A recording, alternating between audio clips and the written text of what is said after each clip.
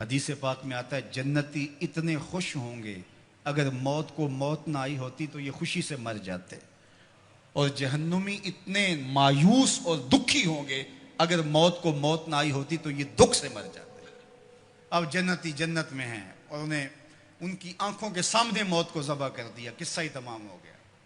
اللہ تعالیٰ فرمائے گا اردی تم، اے جنتیو تم راضی ہو؟ پہلے اللہ آواز دے گا یا اہل الجنہ یا اہل الجنہ، وہ کہیں گے لبیکا و سعدیکا والخیر فی یدیکا، مالک حکم ہم حاضر۔ اللہ تعالیٰ فرمائے گا اردی تم، کیا تم راضی ہو؟ تو وہ کہیں گے ما لنا یا رب لا نرضی، اے ہمارے رب ہم کیوں راضی نہیں ہوں گے، ہمیں تو وہ ملا جس کا ہمیں تصور بھی نہیں تھا۔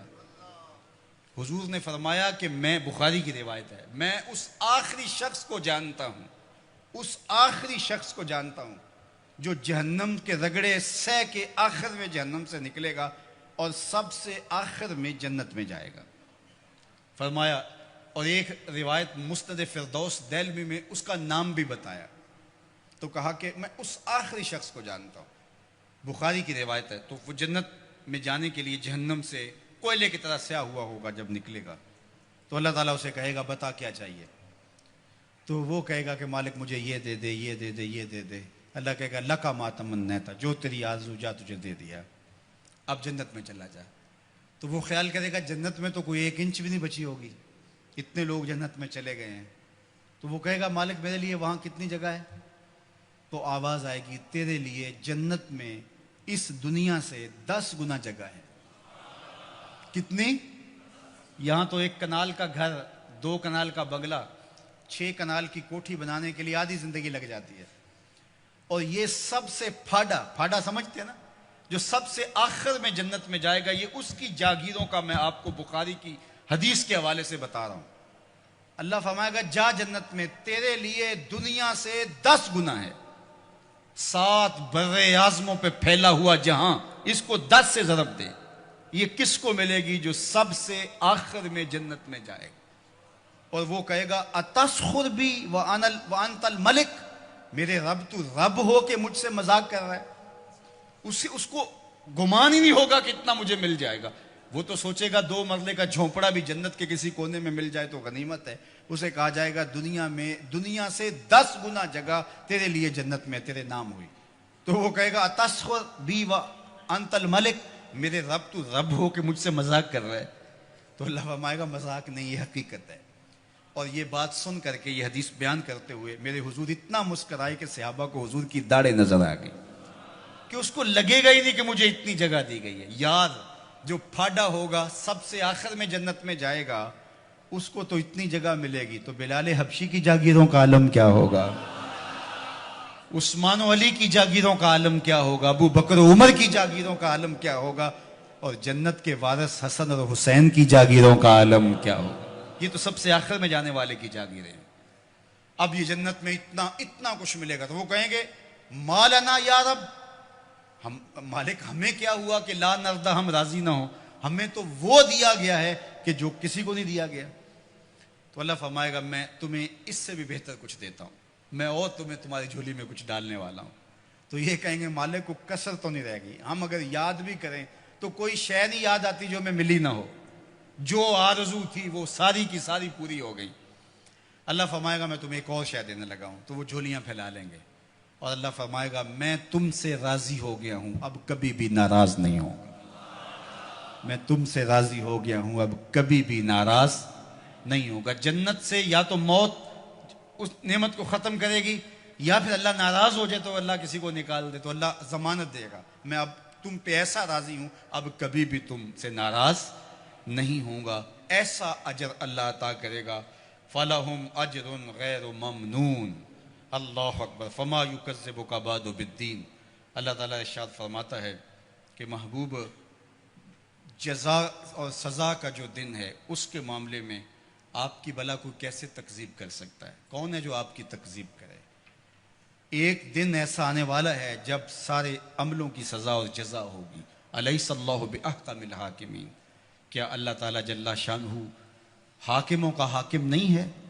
دنیا کا چھوٹا سا نظم بھی کہیں ہو تو وہاں بھی جزا و سزا کا تصور ہوتا ہے، اور جو ہے وہ ایسا نہیں ہوتا کہ وہ جزا و سزا کے بغیر ہو، لیکن اس پوری کائنات کا نظم کیا جزا و سزا کے بغیر ہوگا؟ کیا وہ احکم الحاکمین نہیں ہے؟ کیا لوگ اس کی گرفت سے باہر ہیں؟ آج ساری زندگی جو ظلم کرتا رہا، زیادتیاں کرتا رہا، اور اس نے اللہ کے حکموں کو توڑا، اس کی مخلوق کو ستایا، دکھ دیے، لوگوں کا خون چوسا، اور لوگوں سے ظلم کیا، لوگوں سے زیادتیاں کی، لیکن وہ کچہریاں بھی خرید لیتا تھا، وہ تھانے بھی خرید لیتا تھا، عدالتیں بھی اس کی تھیں، اس کو کوئی پوچھ بھی نہ سکا، اور وہ چلا گیا، اور ایک شخص نے تقوی کے ساتھ زندگی گزار دی۔ کل قیامت کے دن دونوں ایک جگہ پہ ہوں تو یہ اللہ ناانصافی نہیں ہونے دے گا، ایسا نہیں ہوگا۔ اللہ احکم الحاکمین ہے، اللہ قیامت کے دن جو عدالت لگائے گا اس میں ایک ایک چیز کا فیصلہ ہوگا اور ایک ایک سوال ہوگا۔ ثم لتسألن یومئذ عن النعیم۔ تو آئیے آج کس مختصر زندگی کو اللہ کے نام لگا دے۔ آج موقع ہے، کل نہیں ہوگا۔ آج سا بھی نے کھلے راہ بھی نے، انج ٹوک نوکھڑے ٹوکدے نہیں، ٹر پویں تے پینڈے مک جاندے، کار بیٹھے ہیں فاصلے مکنے نہیں۔ آج موقع ہے، آج اس کی رحمت آوازیں دے رہی ہے، اور مہینہ ہے رمضان المبارک کا، اور جمعۃ المبارک کی گھڑیاں ہیں۔ ابھی سچے دل سے اس کی طرف رجوع کر لیں، یہ لمحے دوبارہ نصیب نہ جانے ہوں کہ نہ ہوں، تو قبل اس سے کہ وہ وقت آئے کوئی حجت باقی نہ رہے، پھر ہاتھ ملتے رہ جائیں۔ آج موقع ہے، آج توبہ کا دروازہ بند نہیں ہوا، رحمتوں کے دروازے کھلے ہوئے ہیں، اس کی رحمتیں آوازیں دے رہی ہیں، میرے بندے آ جاؤ۔ میں یہ نہیں دیکھوں گا کہ تم آئے کب ہو اور کتنے پاپ لیے آئے ہو، میں یہ دیکھوں گا آئے تو میری چوکھٹ پہ ہو۔ تمہارے نہ صرف گناہ معاف کروں گا بلکہ گناہوں کو بدل کے نیکیوں میں تبدیل کر دوں گا، تم آؤ تو صحیح میری چوکھٹ پہ۔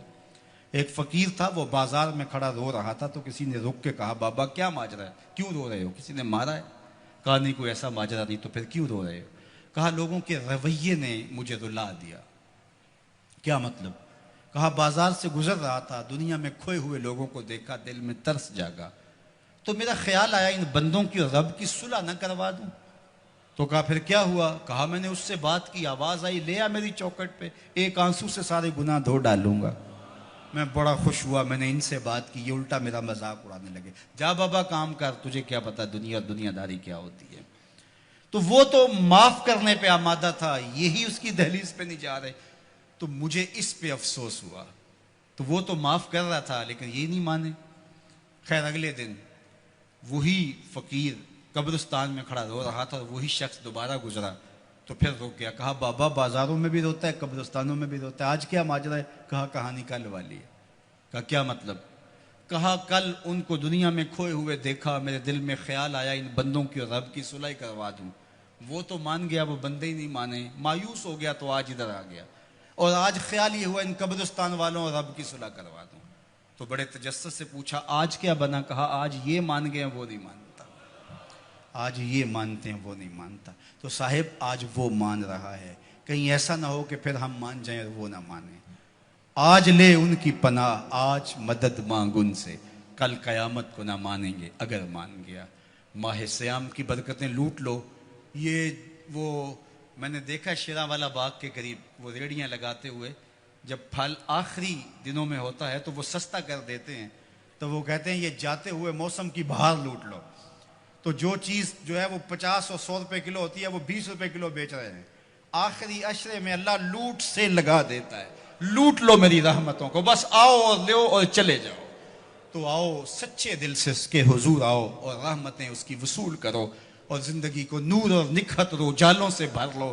اس موسم گرمی کے اندر دور و نزدیک سے چل کے آنے والوں، اللہ تمہیں دنیا آخرت کی برکتیں عطا کرے، اپنی خاص پناہوں سے مالا مال کرے، اللہ عزت آبرو آپ کا مقسوم کرے۔ انشاءاللہ العزیز اللہ نے چاہا، اللہ کی مرضی ہوئی تو انشاءاللہ کل نماز عشاء کے بعد صلاۃ التراویح کے بعد یہیں اسی جگہ پہ دوبارہ ملاقات ہوگی، لیلۃ القدر کی مبارک گھڑیوں میں دوبارہ انشاءاللہ آپ سے جو ہے وہ ہم کلام ہونے کا شرف اور موقع ملے گا۔ میں آپ کا کل منتظر رہوں گا، اور